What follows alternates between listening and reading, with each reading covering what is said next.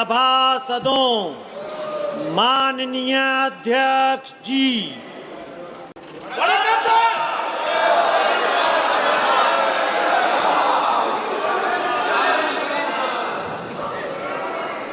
माननीय सदस्यगण,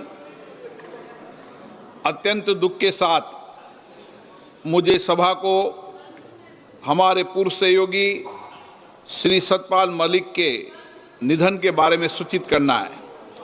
वो उत्तर प्रदेश के अलीगढ़ संसदीय निर्वाचन क्षेत्र से 9वीं लोकसभा के सदस्य थे।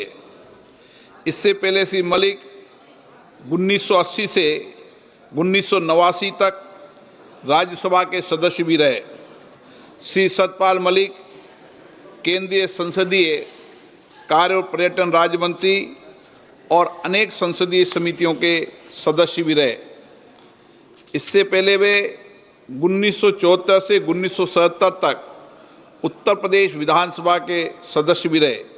श्री सतपाल मलिक ने जम्मू कश्मीर, मेघालय, गोवा, उड़ीसा और बिहार के राज्यपाल के रूप में अपनी सेवाएं दी। श्री सतपाल मलिक का निधन 79 वर्ष की आयु में 5 अगस्त 2025 को नई दिल्ली में हुआ। ये सभा श्री सतपाल मलिक के निधन पर गहरा शोक व्यक्त करती है और शोक संतप्त परिवार के प्रति अपनी संवेदना व्यक्त करती है। अब सभा दिवंगत आत्मा के सम्मान में कुछ देर मौन रहेगी।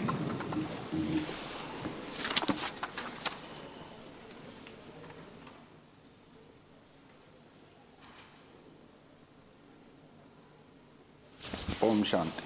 पूर्व राज्यपाल का प्रोटोकॉल नहीं मिला था। माननीय सदस्यगण, कल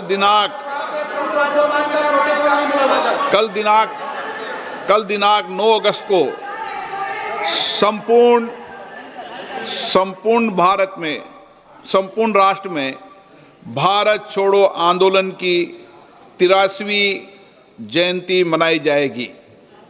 दिनांक 9 अगस्त 1942 को राष्ट्रपिता महात्मा गांधी ने राष्ट्र को करो या मरो का मंत्र दिया था। बाबू के आह्वान पर पूरे राष्ट्र ने विदेशी शासन से भारत को स्वतंत्र कराने का सामूहिक संकल्प लिया था। भारत छोड़ो आंदोलन देशवासियों के बीच अटूट एकता की शक्ति और अन्याय अत्याचार के विरुद्ध हमारे शांतिपूर्ण प्रतिरोध का शाश्वत प्रतीक है। इस अवसर पर हम राष्ट्रपिता महात्मा गांधी और भारत की स्वतंत्रता के लिए अपना सर्वोच्च बलिदान देने वाले सभी अमर शहीदों को श्रद्धांजलि अर्पित करते हैं तथा अपने स्वतंत्रता संग्राम के उच्च आदर्शों के प्रति स्वयं को पुनः समर्पित करते हैं। प्रश्नकाल प्रश्न संख्या 281 श्री कालीचरण सिंह।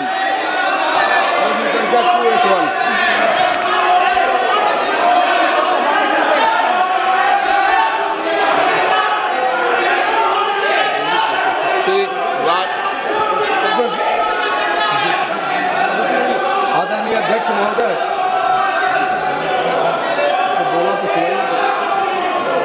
प्रश्न संख्या 281। अध्यक्ष महोदय, उत्तर सभा पटल पे रखा है।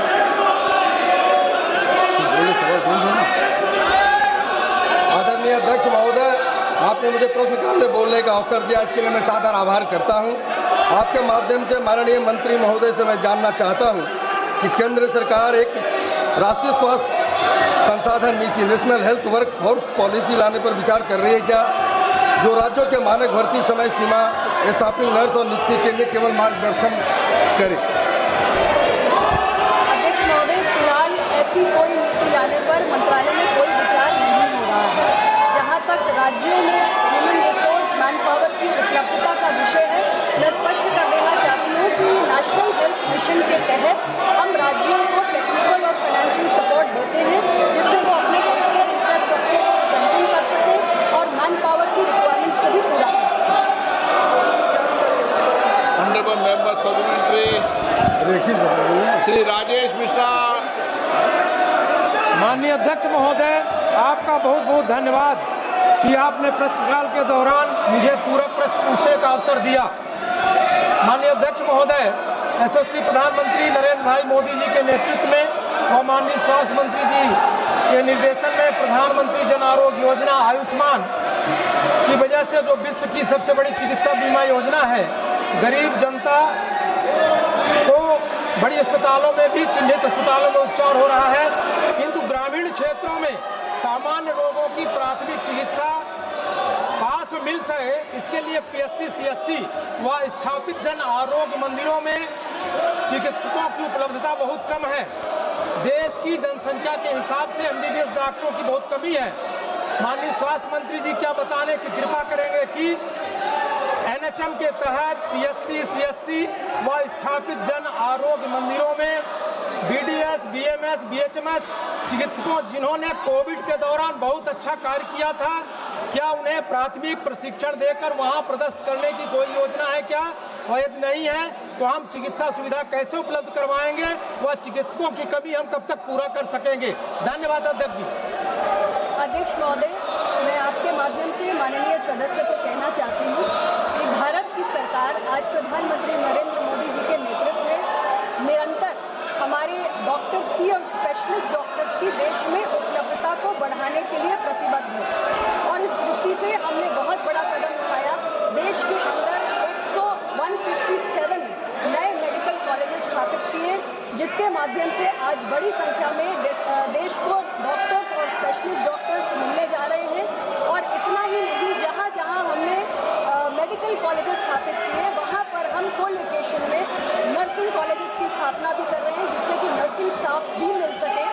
जहाँ तक हमारे सीएचसी, पीएचसी या आयुष्मान आरोग्य मंदिर में मैन पावर की उपलब्धता का प्रश्न है, मैं पहले भी स्पष्ट कर चुकी हूँ कि एनएचएम के तहत हम राज्यों को तमाम किस्म की वित्तीय सहायता और टेक्निकल सपोर्ट देते हैं। उनके द्वारा जो पीआईपीज हमें प्रपोज किए जाते हैं उसके अंतर्गत, जिससे वो अपने यहाँ मैन पावर की जो आवश्यकताएं हैं उसकी भी पूर्ति कर सकें। और एनएचएम के तहत हमने बहुत सारे विशेष प्रबंध भी किए हैं, जैसे कि विशेष तौर से जो रूरल या हार्ड टू रीच एरियाज है, वहाँ पर डॉक्टर्स को रहने के लिए हम हार्ड एरिया अलाउंस देते हैं। इसी प्रकार अध्यक्ष महोदय, हमारे सिजेरियन सेक्शंस प्रॉपरली वहाँ पे कंडक्ट हो सके, उसके लिए जो हमारे गायनेकोलॉजिस्ट हैं, पीडियाट्रिशियंस हैं या एनेस्थेटिस्ट हैं, इनको भी हम ऑनरेरियम देते हैं। इसके साथ ही स्पेशल इंसेंटिव्स हैं एएनसी चेकअप्स कराने के लिए। और अब हमने राज्यों को नेगोशिएबल सैलरी का भी एक प्रावधान दिया है, जिसे हम कहते हैं यू कोड वी पे, यानी स्पेशलिस्ट डॉक्टर्स को हायर करने के लिए वो जो भी सैलरी कोड करेंगे वो राज्य उनको पे करेंगे। और इस तरीके से तमाम कोशिशें हमारी जारी हैं कि हमारे जो पीएचसी, सीएचसी और तमाम आयुष्मान आरोग्य मंदिरों पे जो डॉक्टर्स की या मेडिकल स्टाफ की कमी है वो पूरी हो सके। और इसके साथ ही हम मल्टी स्किलिंग ऑफ डॉक्टर्स भी कर रहे हैं एनएचएम के तहत, ताकि स्पेशलिस्ट डॉक्टर्स की जो कमी है, जो उपलब्धता है, उसे देश के कोने कोने में सुनिश्चित किया जा सके। श्री जेएम हरीश बाल योगी।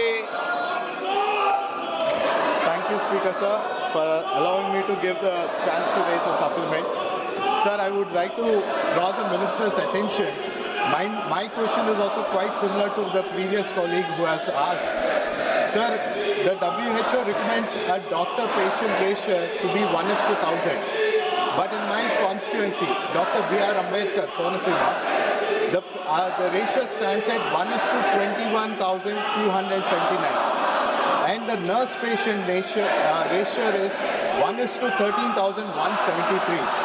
These figures reflect the acute shortage of medical personnel in my constituency. In the light of this, my question to the Honourable Minister is, what measures have been undertaken to address these shortages and improve the availability of medical personnel in rural and underserved regions like my constituency? Thank you. अपनी constituency के specific एक प्रश्न पूछ रहे हैं। मैंने जो broad policy है गवर्नमेंट ऑफ इंडिया की, देश में डॉक्टर्स की और नर्सिंग स्टाफ के शॉर्टेजेस को एड्रेस करने के लिए एनएचएम के तहत भी और अदरवाइज भी, तो मैंने पहले भी विस्तारपूर्वक एक्सप्लेन की है। और मैं माननीय सदस्य को विश्वास दिलाना चाहती हूँ कि भारत की सरकार हमारा स्वास्थ्य और परिवार कल्याण मंत्रालय जिस गति से काम कर रहा है, आने वाले समय में हमारा डॉक्टर पॉपुलेशन रेशियो WHO के नॉर्म्स के अनुरूप ही होगा और हमारे देश के किसी भी कोने में डॉक्टर्स की या स्पेशलिस्ट डॉक्टर्स की किसी भी प्रकार की कोई कमी नहीं होने दी जाएगी।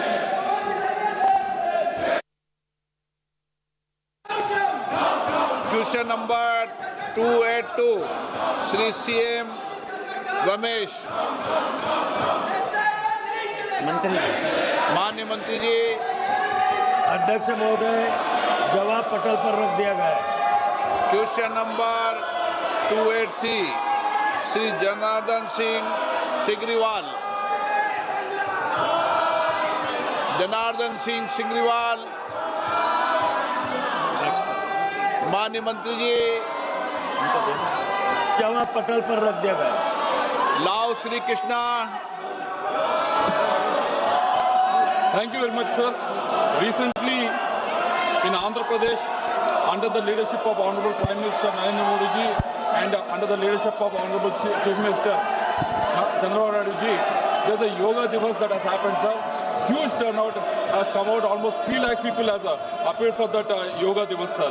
But, sir, my question is regarding the Ayush treatment, especially via dedicated facilities. The state's infrastructure is limited to just 2 50-bedded integrated Ayush hospitals under the construction in Kakinada and Visakhapatnam. So, for a state like that, only 2 50-bedded hospitals are there, sir. So, there is a requirement of Ayush 50-bedded hospital even in Rayalaseema also, even in Palnadu also, in a backward place like Palnadu also. So, I request the minister if there is any proposal to extend these Ayush 50-bedded hospitals in Rayalaseema as well as in backward areas of Palnadu and even Ongolu, a backward district also, sir. Thank you very much.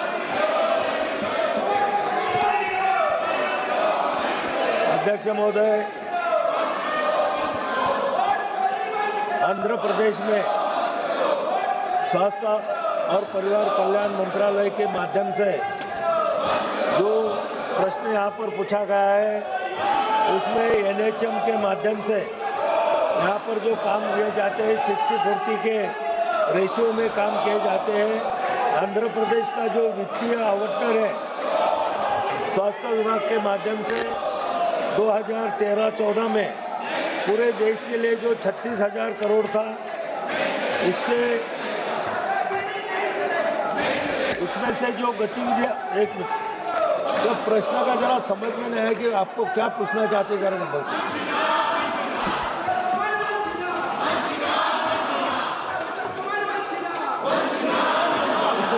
Hello, sir. Can you hear me? Sir, there are only 2 50-bedded Ayush hospitals in state of Andhra Pradesh. In state of Andhra Pradesh, that too, one in Visakhapatnam and other one is in Kakinada. But there is another region, backward region of Rayalaseema, which doesn't have a 50-bedded hospital. There is a region like Ongole, which is a backward district. There is my district also, which is a backward district, where there is no provision of a Ayush 50-bedded hospital. So I request you, is there extension of, is there the possibility for you to sanction more Ayush hospitals so that this facility can extend to even backward areas of Rayalaseema, Palnadu and Ongole? This is the question. Thank you.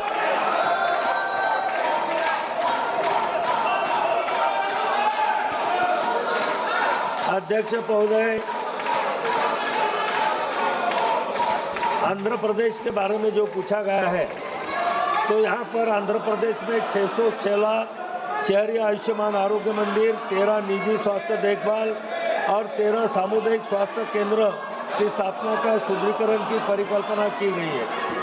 अध्यक्ष महोदय, आंध्र प्रदेश में जिलों के पुनर्गठन के मद्देनजर अतिरिक्त 10 CSC और 13 PSC और 1786 भवन रहित SSC आयुष्मान आरोग्य मंदिर की स्थापना के लिए राज्यों को आवंटित बजट के पुनर्नियोजन भी किया गया, जिसमें 571 इकाइयों को परिचालन करने वित्त वर्ष 2022-23 से वित्त वर्ष 2025-26 तक आवंटित यूनिटों की संख्या को 45 तक सीमित किया गया था। राज्यों के प्रस्ताव के अनुसार 1786 भवन रहित आयुष्मान आरोग्य मंदिर, 45 UAM, 26 IPHL और 24 CCB के निर्माण सुदृढ़ीकरण के लिए आंध्र प्रदेश राज्य के लिए 236 शहरी आयुष्मान आरोग्य मंदिर को भी स्वीकृति दी है।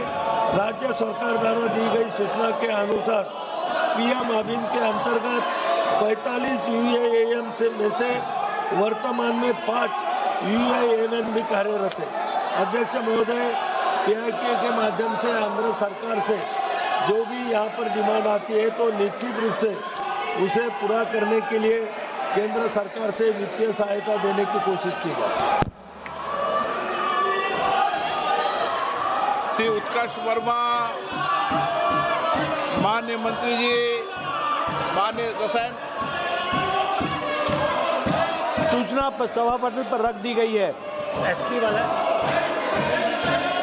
मेरी लोकसभा इंडो नेपाल अंतर्राष्ट्रीय सीमा पर है और किसानों को समय पर खाद नहीं मिल पा रही है। क्या मंत्री जी ये आंकड़ा बताने की कृपा करेंगे कि कितनी खाद अंतर्राष्ट्रीय सीमा पर नेपाल तस्करी में हर वर्ष चली जाती है, जिससे किसानों का हक मारा जाता है और उनको समय पर यूरिया नहीं मिल पाती है? माननीय अध्यक्ष जी, सबसे पहले तो मैं बताना चाहूँगा कि फर्टिलाइज़र को किसानों तक पहुंचाना इसका मैंडेट मिनिस्ट्री ऑफ फर्टिलाइज़र की है और इसको हम बखूबी सारे देश में कर रहे हैं और उत्तर प्रदेश में भी हम कर रहे हैं। जहां तक लखीमपुर खीरी का सवाल है, वहां हमारी जो इंटर मिनिस्ट्रियल कमेटी के द्वारा यानी एग्रीकल्चर डिपार्टमेंट के साथ बैठ करके जो रिक्वायरमेंट बताई गई वो यूरिया की रिक्वायरमेंट थी 1,21,918 मेट्रिक टन और इनको 1,30,276 मेट्रिक टन दे दिया गया है और इनकी जो सेल है वो 1,25,130 हुई है। अभी 5,146 स्टॉक में पड़ा हुआ है यूरिया। ये मैं लखीमपुर खीरी का बता रहा हूँ। उसी तरीके से डैप जो है डीएपी वो 12,801 इनकी रिक्वायरमेट थी, 14,847 इनको दे दिया गया है और जो सेल हुई है वो 10,662 हुई है, 4,185 ये इनके पास स्टॉक अभी पड़ा हुआ है। एमओपी ने 844 मेट्रिक टन इनको दिया गया है, इनकी रिक्वायरमेंट थी। इनको 2,377 मेट्रिक टन दिया गया है, जिसमें से इनका सेल सिर्फ 1,839 मेट्रिक टन हुआ है। 538 मेट्रिक टन इनके पास पड़ा हुआ है लखीमपुर खीरी में। जहां तक लखीमपुर खीरी का सवाल है, बॉर्डर डिस्ट्रिक्ट है और ये प्रदेश की जिम्मेवारी है कि वो बॉर्डर डिस्ट्रिक्ट पर होर्डिंग को रोके और स्मगलिंग को रोके और ये रोकने की जिम्मेवारी प्रदेश सरकार की है। और इसमें जो हमारा है वो एसेंशियल कमोडिटी एक्ट ऑफ 1955 ये आता है और इसमें फर्टिलाइज़र कंट्रोल ऑर्डर 1985 के तहत इसको रोकना और किसानों तक पहुंचाना इसकी जिम्मेवारी प्रदेश सरकार की है और स्टेट गवर्नमेंट्स को पूरी ताकत दी गई है कि वो स्मगलिंग को रोके। मैं यहाँ ये भी बताना चाहूँगा कि जहाँ तक एक्शन का सवाल है, ब्लैक मार्केटिंग के 140 केसेस नोट हुए हैं, होर्डिंग के 5 केसेस, सब स्टैंडर्ड के 24 केसेस, डाइवर्जन के 41 केसेस इस तरीके से ब्लैक मार्केटिंग के हुए हैं। और इसमें जो एक्शन हुआ है, number of license cancelled and suspended black marketing में 2,695, होर्डिंग में 62, सब स्टैंडर्ड में 106, डाइवर्जन में 294, टोटल 3,157 केसेस पर लाइसेंस कैंसिल हुए हैं या सस्पेंड हुए हैं। शो कॉज नोटिस जो है वो ब्लैक मार्केटिंग पर 2811, होर्डिंग पर 391, सब स्टैंडर्ड पर 1351, डाइवर्जन पर 1442 और टोटल शो कॉज नोटिस 5,995 यानी 6,000 के आसपास हुआ है। इस तरीके से इंस्पेक्शन जो है वो 1,58,128 इंस्पेक्शन हुए हैं। तो अध्यक्ष महोदय, हमारी कोशिश है कि हम स्मगलिंग को, डाइवर्जन को, सब स्टैंडर्ड को और होर्डिंग को बखूबी रोकें और इस काम में उत्तर प्रदेश सरकार बहुत तत्परता से काम कर रही है। क्या सरकार की भविष्य में योजना है कि किसानों की सब्सिडी डायरेक्ट उनके खातों में दी जाए?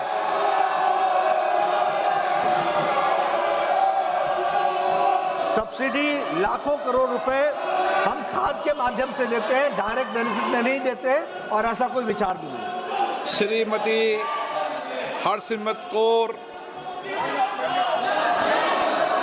जी सर, मैं आपके माध्यम से माननीय मंत्री जी से पूछना चाहूँगी कि लगातार पंजाब में हर एक सीज़न में डीएपी की इतनी बड़ी शॉर्टेज भी आती है और ब्लैक मार्केटिंग ऐसे होती है कि एक डीएपी के बैग के लिए जो 1350 रुपये का होना पड़ता है, तो उनको ज़बरदस्ती 3000 तक का दूसरा सामान भी खरीदवाया जाता है जो डीएपी चाहिए। तो माननीय मंत्री जी बताएंगे कि पिछले 3 साल से 5.5 लाख मेट्रिक टन जो एलोकेशन है पंजाब की, वो कितना उसके अगेंस्ट एलोकेट किया है केंद्र ने, और जो शॉर्टेज रही है उसकी भरपाई के लिए क्या किया है। और इसी के साथ मेरा सवाल जुड़ा है कि डीएपी की जगह जो एनपीके बेचा जाता है किसानों को एज अ सब्स्टिट्यूट, जो 1720 रुपये का है, क्या आप उसमें कोई सब्सिडी ज़्यादा कम करेंगे? क्योंकि अब चाइना ने जब एक्सपोर्ट बंद कर दिया है, अपने पॉलिसी बदल दिया है, जिस करके डीएपी की शॉर्टेज हो रही है, तो किसान डीएपी ना मिलने करके उसके ऊपर शोषण ना किया जाए, ब्लैक में उसको ना खरीदना पड़े, इसके बारे में आप क्या कर रहे हैं? क्योंकि आपके रिप्लाई ने बोला है कि ब्लैक मार्केटिंग में पंजाब में 2323 रेड्स हुए, लेकिन एफआईआर एक भी नहीं फाइल हुआ, जब मेरी अपनी कॉन्स्टिट्यूंसी में हर एक सेलर जबरदस्ती ब्लैक मार्केटिंग करके किसानों से पैसा वसूली कर रहा था जब डीएपी की जरूरत थी। Sir, this question pertains to Uttar Pradesh, Lakhimpur Kheri. This question does not pertain to Punjab. If a separate question is we will certainly answer it. 85 Shri Jugal Kishore. माननीय मंत्री जी। तो जवाब पटल पर रख देगा। श्री चंदन चौहान। माननीय सदस्यगण, मैं पुनः आपसे आग्रह कर रहा हूं कि प्रश्नकाल महत्वपूर्ण समय होता है, आप सदन को चलने दें। ये आपका नारेबाजी करना संसदीय परंपराओं के अनुरूप नहीं है और नियोजित तरीके से आप सदन रोज स्थगित कराते हैं। देश की जनता इसको देख रही है। मैं पुनः आग्रह कर रहा हूं, महत्वपूर्ण प्रश्नकाल है, अपने अपनी सीट पर जाके विराजे और ये नियोजित सदन बाधित करने की जिम्मेदारी आपकी होगी। देश देख रहा है इस बात को लेकर। सदन की कार्रवाई आज 12 बजे तक के लिए स्थगित की जाती है।